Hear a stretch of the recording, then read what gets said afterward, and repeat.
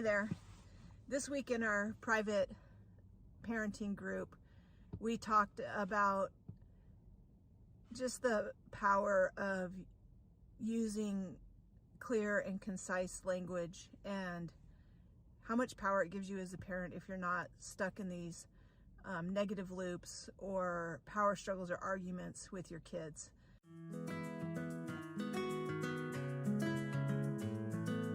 Hi, welcome to the Parenting Bridge podcast. I'm Dr. Michelle Alden, a licensed professional counselor, parent coach, and family therapist. And I'm here to help you to build a bridge to your best family possible.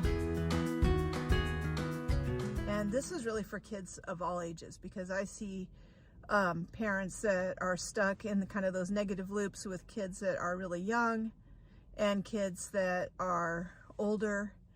The kids themselves like to get stuck in that as maybe why they're asking you, why, or, can I have this, when it's something that you've already said no to. So we talked about this in our private group, and I just wanted to share some of those thoughts and ideas that came out of that coaching group. So first, I also wanted to tell you that if you're interested in being in a coaching group, and we're starting the Playroom, a new session for the Playroom will open April 3rd. And these are about an hour and a half of coaching. You join this group and you have an opportunity to also get your questions answered. So go to our website and you can find us on parentingchallengingkids.com. Go to the Playroom and join in with us. It's great.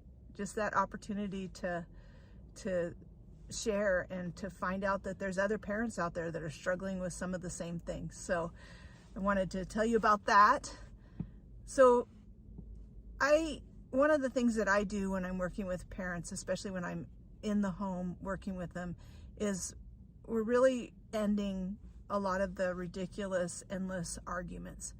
And some of it is because kids have learned that they can wear you down. And believe me, I know that they can go on and on and on and on and on until finally they hear an answer that may be still a no, but to them sounds a little bit more like it's changing to a maybe. And so just remember that with most of our kids that I'm working with, that you have, they don't handle no's very well. And so that may be also why you get into these arguments, because you are afraid to just give a clear and concise answer that may cause them to have a meltdown. A lot of kids are diagnosed with a disorder that they can't handle the word no. I'm not so sure that I believe that, because I think that in our society, if we have a lot of people running around that can't handle rules and no's, we're going to have a lot of problems raising our kids to be healthy and functioning and socially appropriate. So I think that it's really important in our families to teach that, and we do it in a way that hopefully helps to keep you from being dysregulated and arguing as well.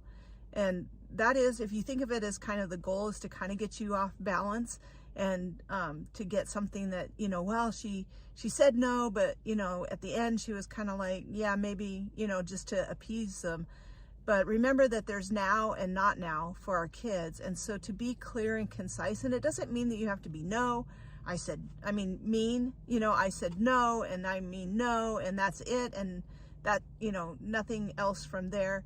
It just means that you need to be clear. And so this is one of the reasons why I really like having a schedule for the day, knowing what you're going to do during the day, because you can say it's not on the schedule.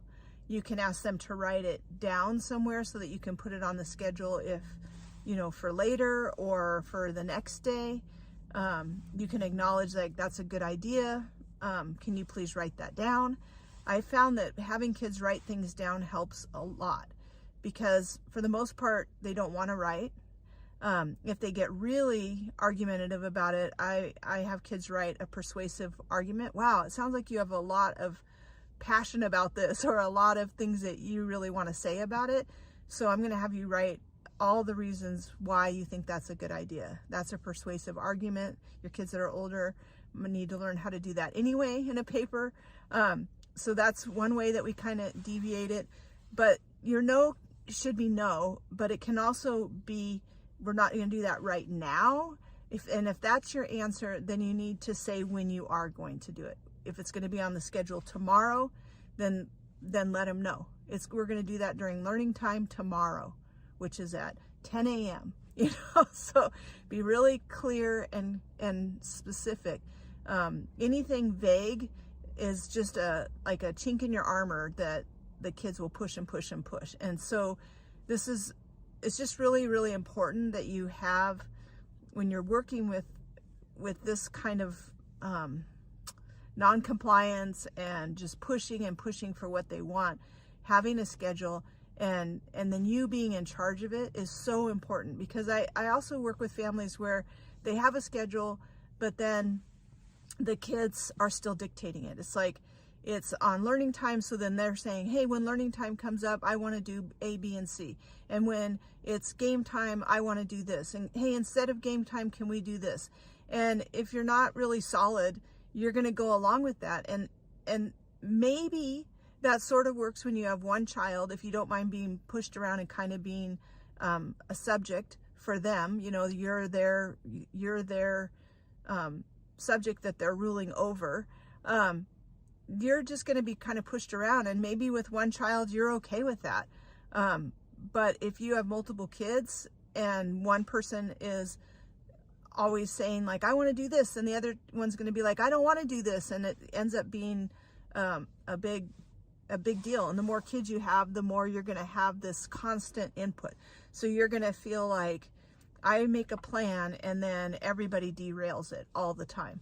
And that is exactly what is trying to happen. And so it's just really important that you keep that focus on, this is the plan and this is what we're going to do, and allow them to have those thoughts and ideas by putting it in writing and giving them some definite answers. Sometimes they're asking about things that are coming up, and you can still be directive. You can just say, we're doing that at this time.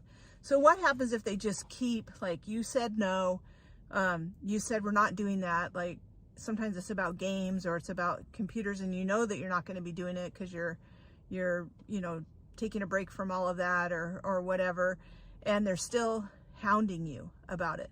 So a couple of different ways that I handle that when I'm in the home with parents is I will go up to the child and I will say, what did you hear your mother say? And you can do the same thing as a parent. What did you hear me say? Especially if they're asking over and over and over, what did you hear? Because the thing is it's not that they didn't hear you. You don't have to repeat yourself. You don't have to explain yourself. You don't have to start moralizing all the reasons why you're not going to allow that. Well, we're doing this, and all this kind of stuff that happens. Just be very clear and ask them, what did you hear? And the chances are they heard you.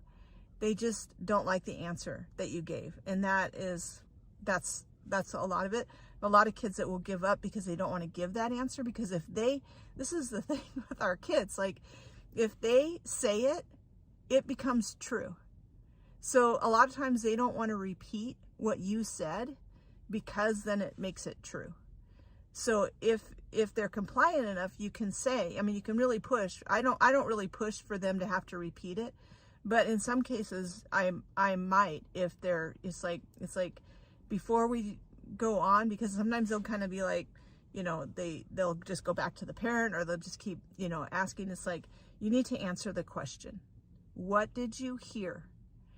And it's really important because they may say something like, but she's never going to let me do it. Oh, really? What did she actually say though? She said you're going to do it at 11 o'clock? Huh. Okay. 11 o'clock. Right now it's 9 o'clock. So you have a couple hours. Let's do this stuff so that we can get to that. It doesn't have to be a threat. If you don't, then we're not going to do this at 11 o'clock or anything. It's just now you have a course of action. So the two things really go hand in hand. When you have a kid that's really pushing for their way, you having that structure can make all the difference in it. And they can see it. I like to have the schedules visual so that they can see it. Some parents are like, well, I don't want to have it because then they're going to hound me all day long about everything on the schedule.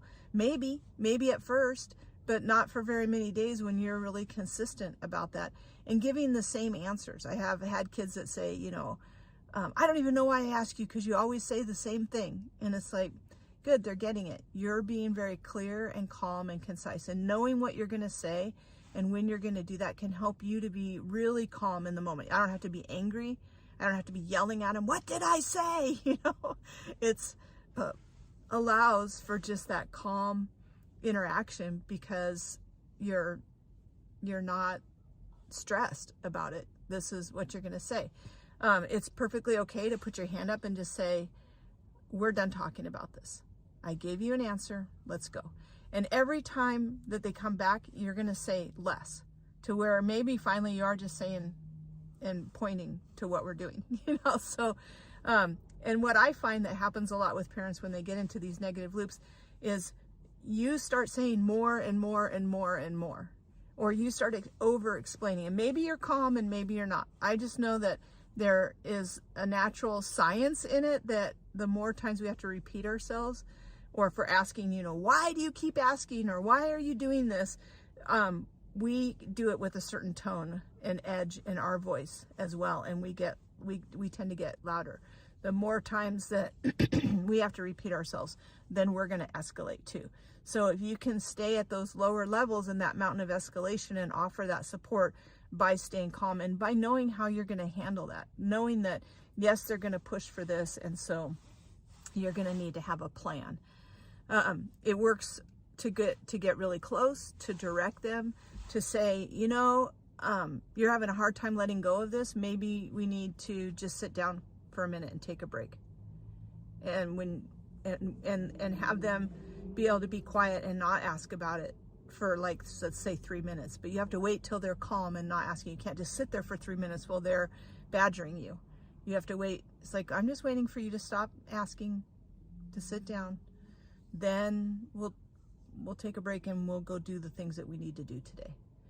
And sometimes when we're further along in this process, we will have some like I'll have kids write why they want to do that, or why they, something that they keep asking about, something that they're, complaining about.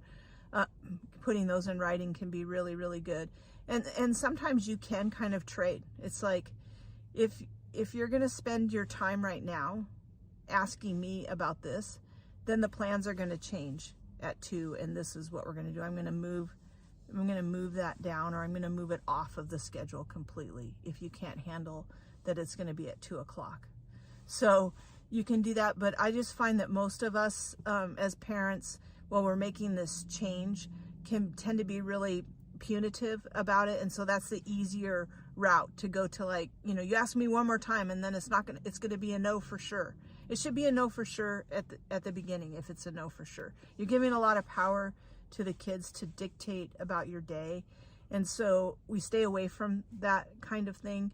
But there are times, like when we're, like I said, if you're not, you're looking for something to kind of trade it. Also, like if they used up, a chunk of time to have this discussion, it's like your reading time still needs to happen. And so we're still going to read for 30 minutes, and then we're going to do this project, but it may be a shorter amount of time because we spent so much time doing this.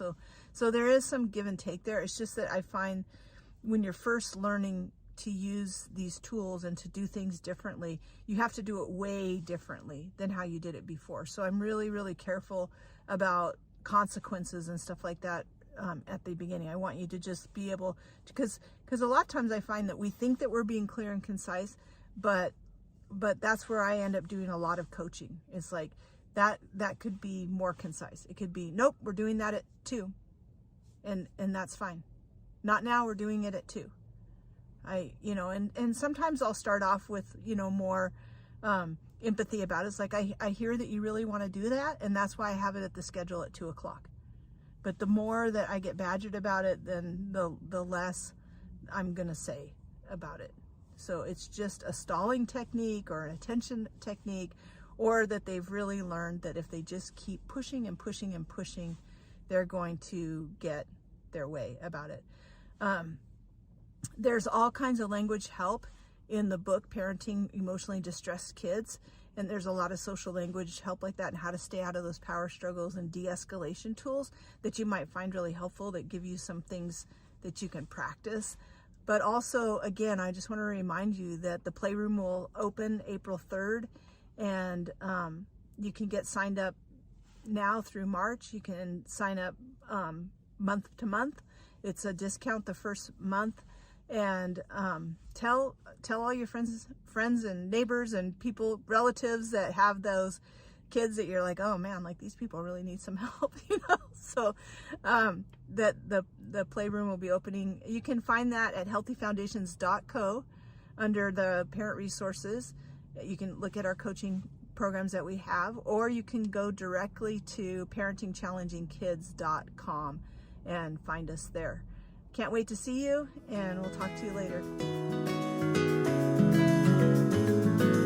Thanks for listening to The Parenting Bridge. Do you want to learn more about building a bridge to better behaviors? Pick up a copy of Dr. Michelle Alden's new book, Parenting Emotionally Distressed Kids. Or, for more resources, you can click on the link for Healthy Foundations. If you would like to leave a comment or a question for Dr. Alden, there's a link in the notes. We'll see you next time, and remember, things can always get better.